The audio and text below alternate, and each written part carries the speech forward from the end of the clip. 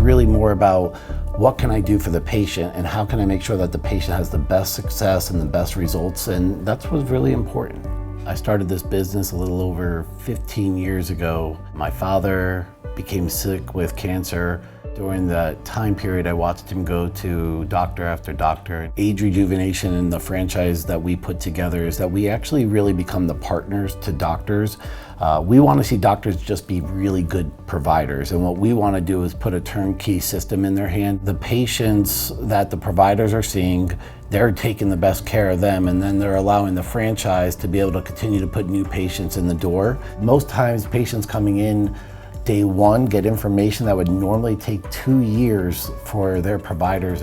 For me, it was making sure that when a patient came in here, they felt an experience they've never felt before. And it was really important that when they walked out, I wanted them to think like, wow, this doctor really cared for me and it helped me make some decisions about my life.